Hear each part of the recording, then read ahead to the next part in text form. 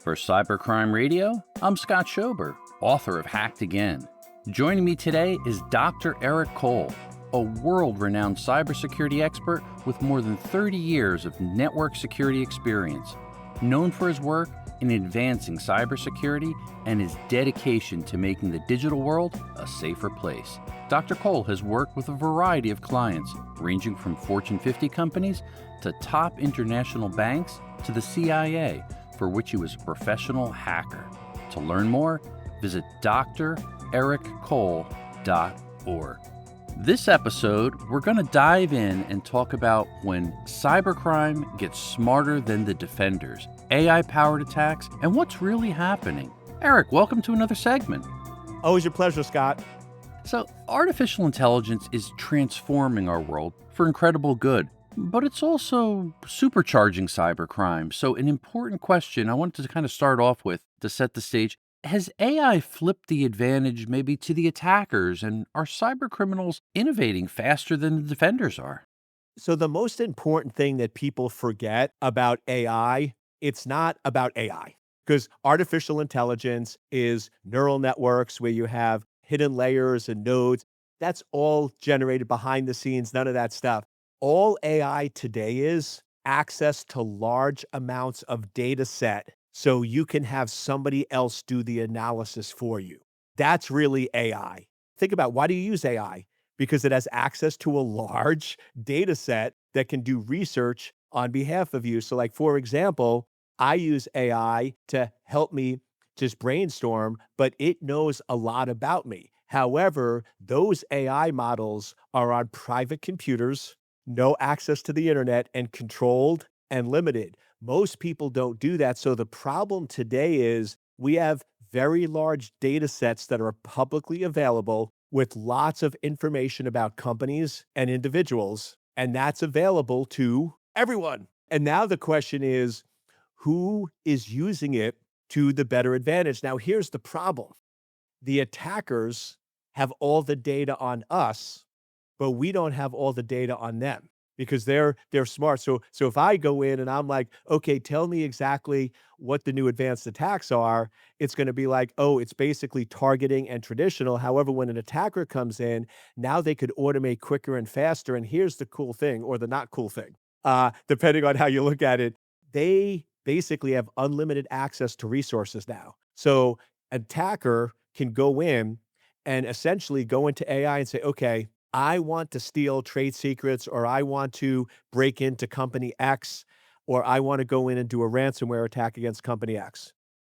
Go in, write 3 emails for me with malicious links, and find 5 people that have a high probability of clicking on this link. And then here's the trick. The more specific you give AI, the better it does. AI is inherently lazy if you don't give it specific. So attackers are masters of crafting those messaging. When we do authorized pen tests, you should see the prompts I give. I want an 83% chance of somebody clicking on the link. And the reason why I do that is I tried 80 and 83, and believe it or not, the 83 is the better number. So you experiment with it. But the point is, we can be very well crafted. And then you basically now have a blueprint for almost guaranteeing success. So the attackers are able to get much better, focused, targeted attacks going after companies. But the problem right now is companies still don't have proper resources and not proper alignment on what's going on and what you need to do. AI is a research tool. Cybersecurity is not a research project. We know what we need to do. So to me, AI is more of a distraction, except on the defense. So we should stick with our plan of prevention is ideal, detection is a must. But to me, what companies need to start doing is utilizing AI to scale their team to do things, because they're not going to have enough people. For example, one of the best ways to catch attackers is looking at lateral movement within your network. Well, if you go in and look at all the lateral movement, you would need thousands of people to analyze and track that. There's no way you're going to get 1,000. But what's the buzzword of 2026? Agentic AI. You could have 1,000. And we just did this for a client last Friday. We set up 1,200 agents for them to basically correlate, monitor, and essentially do threat hunting. To me, the way you win at cybersecurity today is doing a term that came up many years ago, but now the timing is right, is threat hunting. Assume you're compromised, assume you're targeted, and actively look for threats quick and fast to minimize impact and damage. And I just got a text from them this morning going, Eric, we love you and we hate you. And I always love those messages. And it came back, we were up all night without any sleep. We hate you. We love you. You caught 3 attacks that without the system you put in place just 3 days ago, these would have been missed and caused major breaches and potentially ransomware attack. So the good news is if we're using agentic AI to augment our team to hunt and look for the attacker, now all of a sudden we have the advantage. But if we're not doing that, advantage offense. Wow, it's fascinating. Now, let's talk a little bit, maybe even getting behind the scenes. What's actually happening? We often hear the terminology AI powered attack. Maybe you could break that down just for our listeners and maybe in kind of plain English, Eric. What does that really mean? The short answer, it means absolutely nothing because basically AI is the buzzword. It's like, and you go up to people and it's the funniest thing. You ask them, and I love this. I do this constantly with vendors. What specific part of your product is AI? Well, blah, blah. No, no, no, no, no. What specific part of your product is AI? Oh, look at our dashboard. I'm like, that's not AI. We've been doing that a long time before. And the thing is, in most cases, they really don't know. So it's one where, and that's a problem for us because AI has been so sort of misused, misunderstood that it's just sort of it creating more chaos. And now when you come in and you're like, "Oh, we wanna start to," it just it goes in that stack pile, and it just creates so much confusion. So, to me, it should mean something, but it doesn't. To me, an AI-empowered attack basically means they're using automated methods to analyze large data sets to increase the possibility of hurting you, exploiting you, or breaking in. I mean you as you or your company. To me, that's really what an AI-empowered attack is. How can we go in and increase probability of attack? Or in some cases, we're actually getting to even another level, which is even scarier, is to me, a true AI-empowered attack is how can I basically break in to an individual without having to target them at all. So, for example, what if I could go in and I know this isn't you, but I could find out your passwords, I could find out your bank, and I could break into your bank and either start transferring money, changing passwords, taking over your account without even sending you a single email, without you even knowing that you were a threat in the first place. That to me is scary because, like, now when I get emails with these links, I'm like, okay, somebody's trying to target me. I'm a little more careful, increase some security settings on my banking and stuff. But a true AI empowered attack, because our passwords, our mother's maiden name, and let's face it, our first pet's name or whatever these other crazy challenge questions are, they're all out there. So if somebody goes in and does enough attacks and sophistications, it's happening. And right now we're seeing the biggest focus of AI powered attacks are on crypto wallets, just because they're not regulated. There's no bank, and the money's gone. The money's gone. There's no one to call. Like if your bank, if you get broken into, there's someone that's going to try to help you, and you can get some investigations. But cryptocurrency, basically, yeah.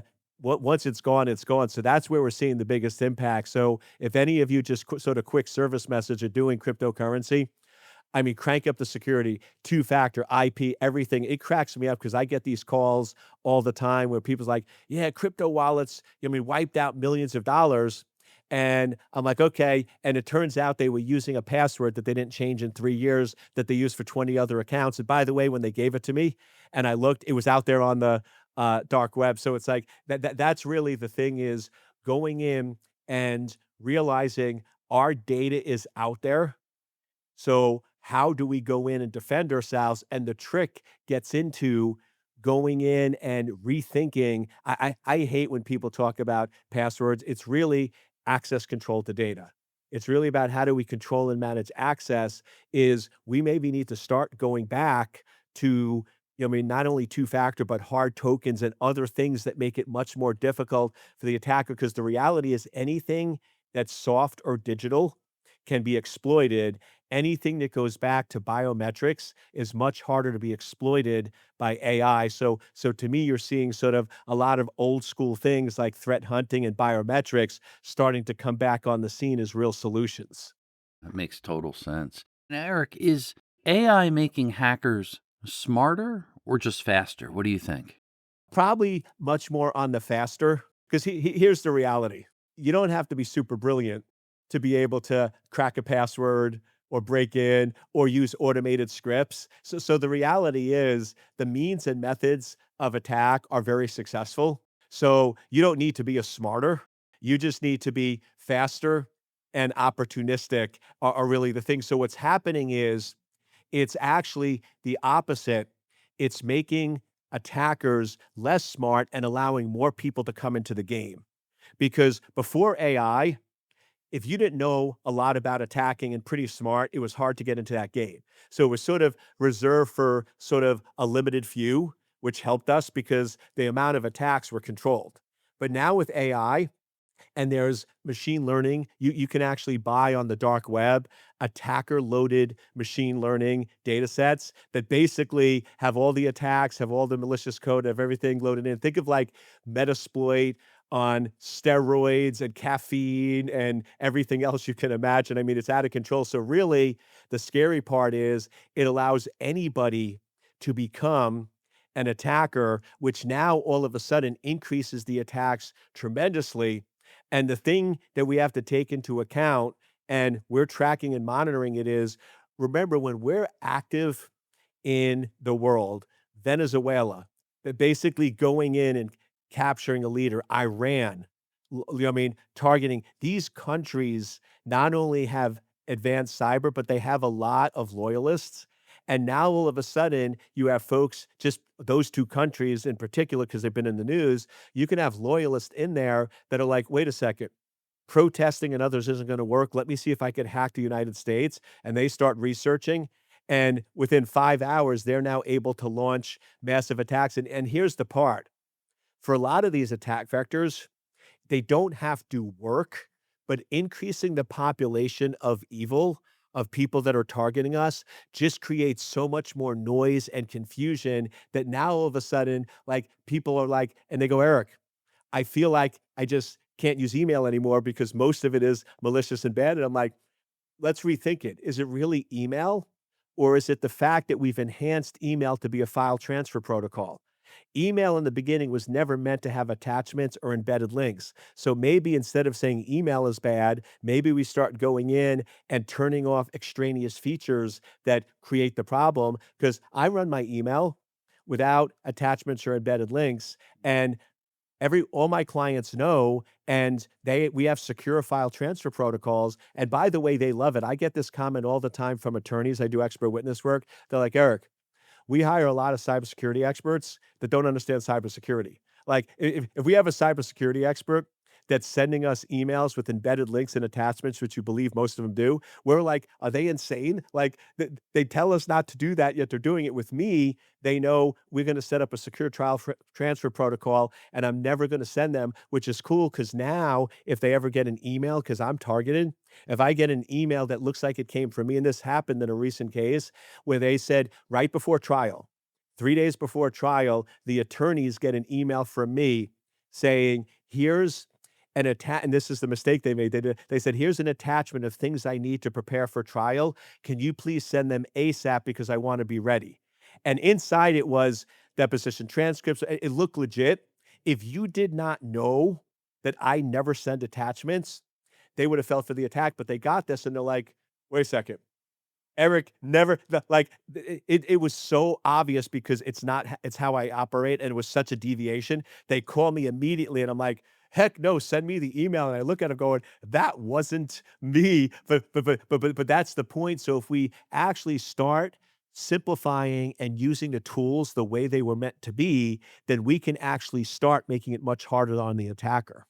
Now, where is AI having the biggest impact? Phishing, malware, brute force? What do you think? The biggest impact is on I would say investment and stock market because like everyone's investing in AI, everyone's doing it. Which the reason I bring that up is even though I'm a cyber guy, look big picture. There's going. I don't think it's going to be as devastating as previous ones. There's going to be a crash. AI is over evaluated. Like you look at companies that really have nothing, but because they had some basic AI, they're getting like 30, 40 million investments into like I just looked at a company and I'm probably never ever going to get invited back to that board meeting again because they said in the meeting, we're worth 400 million. And I said, you're worth about 10 bucks. And like the 10 bucks is to print out your papers and reports. I said, you really got nothing. Just fluff. Now, you have 40 million in the bank. So can you turn that in to a $400 million company? Heck yeah. Sure. But please, if you want me involved, and that's why I said I don't think they are, I said, let's not joke around in the boardroom. If you want to pull that BS outside, that's fine. But in the boardroom, you're zero. So what are we going to do with the 40 million to create a product that dominates the market and that actually can create revenue close to $1 billion? That's the discussion we should be having, but unfortunately, they're not. So to me, the big issue is AI is getting attention, but because people are so undereducated on it, Mm. we're not using it correctly and really using it to solve the problems. Because, like I said, the biggest impact AI has is on being able to do large scale data analytics at real time. I'll give you the best example of AI. Best example of AI on the planet. Doppler 3000, the weather Yeah. system. I don't know if you track weather, but Yep. it's improved greatly from Doppler 1000 to I think we're up to 3000, but it's improved greatly over the years. Why? The more data we get, the better. So that's a perfect example of how to use AI to dominate a field. Meteorologists go in and are brilliant because they can use that AI model. So that's what we have to look at. What are the data analytics that we need to run our job or our clients need in order to improve security? And then use AI for doing what humans can't do, which is large scale data analytics. Instead of today, where we're trying to replace humans with AI, it should be augmenting them. Just like I don't believe you're ever going to have a meteorologist taken away with a robot, Mm. right? A meteorologist is about the personality and their knowledge. You got to interact, and weather is never a fun thing. So, to me, human emotion, you're never going to replace that. But all the back end analytics, absolutely. Yeah. I think is one of the best examples I've heard in a long time. Thank you. I can relate to it because I'm a official NOAA weather spotter and got certified and all that and took courses. I loved it. And you're right. The amount of data behind that is just, it blows people's minds, but AI can actually handle that. And that's what perfect example there. Thank you. Hey, we talked about this agentic AI. What is agentic AI, maybe in cyber terms, to help our listeners? Agentic AI is essentially where you have a piece of software that you've created to do a task for you 24/7. So big difference. So we go in and most of us are used to prompt based AI. ChatGPT, Claude, Grok 3, Gemini. You basically go in and you interact with it. Can you go in and find out this or that? Or can you build a plan? Or, hey, I'm struggling here. Can you go in and create this for me or that for me? And it does the tasking that you want. But when you're sleeping, it's sleeping. But agentic AI is now, what if I went in to Claude or to any of these tools and I said, okay, every day at 5 a.m., I want you to go to these websites because guess what? I wear a lot of sensors. I have Garmin and Aura and others, and produces tons of data. And that data is out on sites, and I go in and trust my agent. So I create an account for it and I give it access. I say, at 5 a.m., I want you to pull all the data from the last 24 hours, correlate it with the last 2 months, and basically look at what type of day I'm going to have. Because the reality is, the human body, some days you're tired, some days you're better. And you gotta push a little. But I think the mistake that motivational people make is, oh, push through every day. And that's when you make mistakes and you screw up. You're going to have some lighter days and some heavier days. There's going to be some days I do a 30-minute high rep workout. There's other days I do an hour and a half, but it's based on where my body is. So I essentially have an agent that pulls all my data at 5 a.m., determines whether like I'm on peak, like I slept well, didn't sleep well, peak performance or not. And then they create a day for me that's going to complement how I feel and not burn me out. So maybe it's little less meetings, maybe hey, you're prime, you need to write your book this morning or you need to do the workout. So that's agentic AI. It runs every morning. And when I wake up, there's a text message from it that basically has that info. And then it's tracking me throughout the day because I have sensors. And then it's basically saying, hey, looks like you're pushing a little hard here. Maybe you need to go in and do a little meditation, and then we'll just give little reminders on it. So that's sort of one example of agentic AI. Another one I have is basically, okay, I want you to constantly track cybersecurity and the offerings we're giving and look at competition.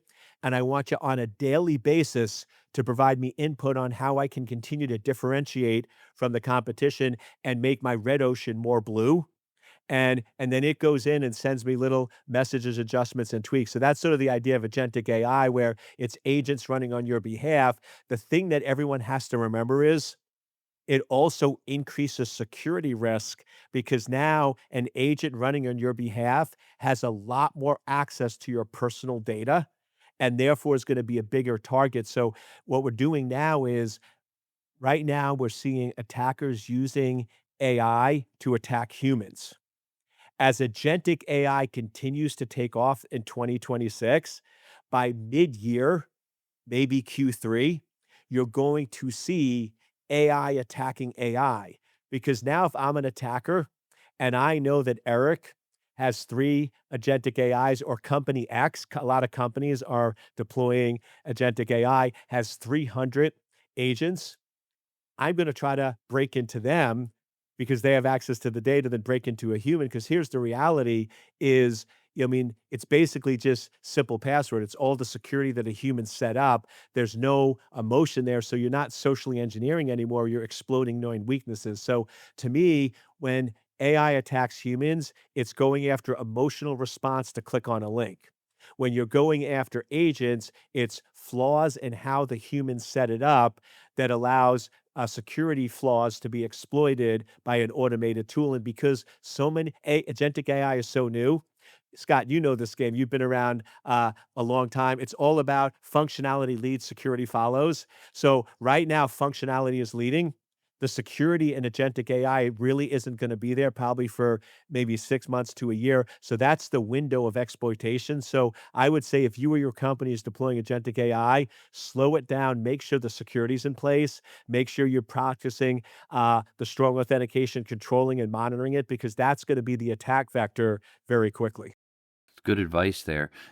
Building on that, Eric, 'cause I find that interesting. Talking about the human target, is AI targeting people right now more than systems? And you kind of touched on that a little bit. It's interesting, especially when we think about maybe some of these deeper AI-driven deep fakes and other things that are going on that we see in the media all the time.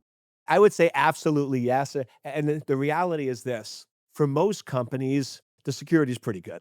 Like our general rules of, patching, locking down are usually good. Are there a few things there? Yes. But really, the area that's almost a guarantee, any company or any individual, is the human weakness emotion. I'm going to find you or somebody in your network that could be exploited, and the probability of that is almost a guarantee. So it's really going in and doing that, and that's where we're seeing, like you said, with the deep fakes and the family members, where you're going in and you're getting the call. From hey, grandma, grandpa, something happened, and can you transfer money? And the reality is, people use that. That's really low probability. Like, it's most of the time it's not going to work. They're going to text you, so it's really not the reality. But me going in and sort of creating an email from the CEO and sending that out to folks and getting them to respond or click on things, much, much higher probability. So it's really the human aspect that's going to give you the greater chance. Yeah, if there's most attackers are going to use AI to do a quick scan, see if there's missing patches or stuff, but that's low. That's either yay or nay. But you go after humans and it's guaranteed it's just getting the right data and finding the right person. And one final thought. With AI attacks, are we prepared going into 2026? What do you think? Heck no. I knew you would say that. I paused because I want to use a different word, but I'm also considerate of our listeners, so I switched to heck. But yeah, absolutely not. And that's the part that scares me the most is we're just like AI came out of nowhere. Well, really, it didn't. I knew this was happening because you need basically about 25 years of data for AI to be valid. So, like, if you looked at the weather, computers started in the 60s. That's why around the 80s is when Doppler sort of started coming out. Well, guess what? We really didn't start having computers and capturing data until about 2000. So, if you look at, you need about 25 years. That Yeah. sort of puts us right on track of what I sort of knew was going to happen. What I didn't think was going to happen is how much people were going to drink the Kool-Aid. Like, yeah, Y2K a little bit. This is Y2K with no deadline. It's crazy. I used to joke with folks is I loved Y2K because I was a CISO in 1999, and I joke, but I'm sort of serious. Like you go into your CEO in April or May of 1999, and you're like, "Hey, I need 200K for this, or I need that, or I need this," and they're like, "Nah, Eric, I mean, things are really tight, budgets are closed." And as you leave the room, you're like, "Y2K?" Like, what'd you Huh? say? What? I'm like, yeah, I'm just Yeah. concerned this could have a big impact on what how much money you needed? And they write the Done. check. Yeah. So it's sort of like and I feel like that's today where it's almost like you go in if you're a vendor and you don't mention AI, no one's gonna buy your product. Yeah. Like, if you go Yeah. in the boardroom and you don't mention but you mention AI and all of a sudden it's like, "Oh, maybe we'll give you some money." So They've I got feel like it's something. one of those where it's just mesmerized people to the point where we're now illogical and not really sort of going in and doing the fundamental decision making of what is the real problem we're trying to solve here.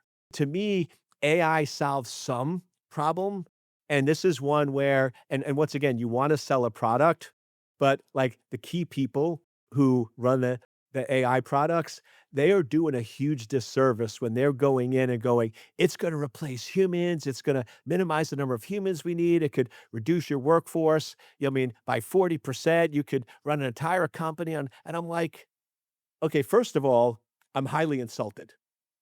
If you think I'm equivalent to a computer, you know, I mean, I want nothing to do with you, right? Because I'll tell you right now, I will never be replaced with a computer. I can be augmented, but what we forget is how powerful the human brain and the human heart is. And I feel like we've just totally lost any contact with humanity and what it means to be human because a computer, a CPU, and a human brain, I mean, you'd have to be, you know, I mean, just lost your mind to think in any world they're comparable. And then, like, if you're on a computer, I tried to say sort of what is like the closest thing to like a heart, which sort of keeps things flowing. That would be like the bus and that kind of stuff. I don't know, you take a computer architecture bus compared to my heart, like, are you they're not even close yet somehow we've gotten on this crazy train that humans and computers with AI are equivalent, and it's insanity at a level I've never seen before. You're never unless you wanna dumb down humanity and basically reduce it, thinking it's gonna replace humans is insane, and then the part is we're making a society that's emotionally numb and therefore low energy and just from a competitive in the world, low energy, people don't wanna go out, people wanna do anything. Because in the past, if I just had a hard day, I wanna go see friends, I wanna hang out.